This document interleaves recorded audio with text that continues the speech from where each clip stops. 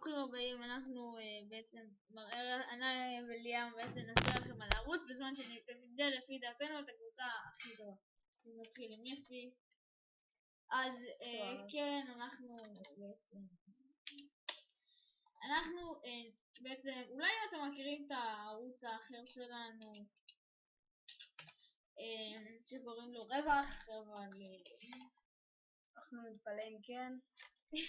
לא נתפלא.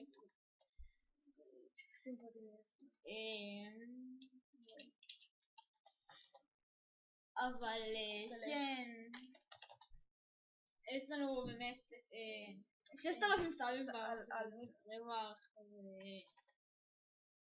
סבבה. מלדיני בקמבר